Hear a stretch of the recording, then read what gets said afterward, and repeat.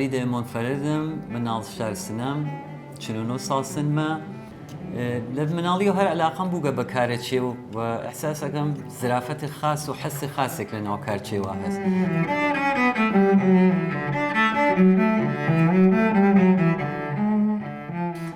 تەیفە کارەکان ئێمە گۆستەردەست ئەتانە بێژم جۆرگەلێ بە ماکت سازی یا دروستتر بێژم حەف هۆنەرە چێومان ئێمە سعی کردگە هەم بە سوورەتێ مۆجەزا کارکەین هەم بە سوورەتێ تەلفیقی. ئەکسەر کارەکانمان گشتی کار دەستە مطلقاً بیشترێ کارەکان بیشتر بە دەست ئەنجام بووگە حتا بڕۆشەکان و حتا ئەبزارێکە بڕۆژ پێدریاگە دەستساز بووگە و من فکرەکەم ئێجاز کارەکەی ئێمە ها لە ئەوە کە فرە لە وەسایل بەرقی ئیسفادەمان نەکردگە ئەکسەرەن کارەکانمان کار دەست بووگە.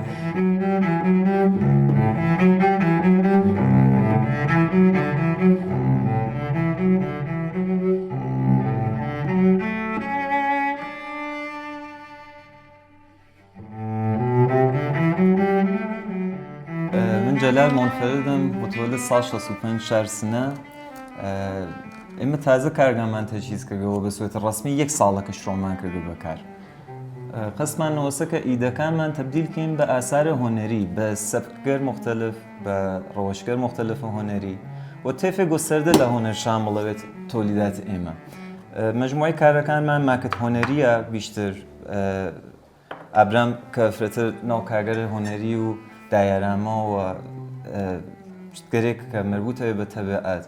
منیش که فراتر ماکتگر صنعتی و ماکتگر متحرک و چیزی که فراتر بتانه الگوگر تبلیغاتی دنبال کرد تولید کن. و خب به یک ترکیبی دوانه که من تایم به یک چیزی که خلاقانه تولید کنم.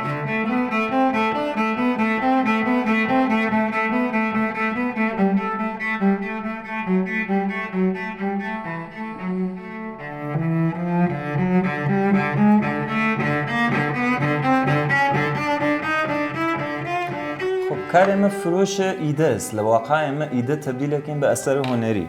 بو کسکری که علاقه است تبلیغاتی کن جنبن بو بیزنس کن، بو شرکت کن، بو صاحبان مشاغل، بو هر کس بو کاری که گریکی بد دیده به یعنی که اثر کلکسیونی درست کن، اثر کاملا یونیک و منحصر به فرد که طراحی و ایده پردازی بوده فقط با یک شخص. کار کنیش من هر وقت خودت نظام تانت کاملا الگو گرفته لمدلگر واقعی مثلا هرم که هاب دست منو دانه بالمکانیکیه که طبق الگوی واقعی خود او کارخانه کاملا چتکانی متحرکه و مکانیکیه و ما مستلزم طراحی دقیق و مهندسی دقیقه که خوشبختانه کل کارخانه ما و ویژگیانه هست.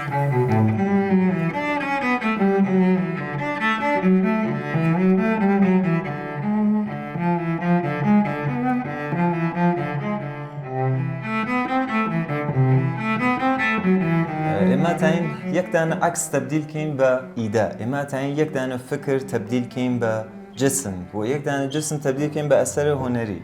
هر آنچه حال ذهن ایوا اما تبدیل کن به شاهکار هنری بودن، شاهکاری که جذابیت کافی زیبایی شناسی و سبک و سیاقی که خودتان دنبال یکم بونو دکوراسیون مالتان شاملی بید.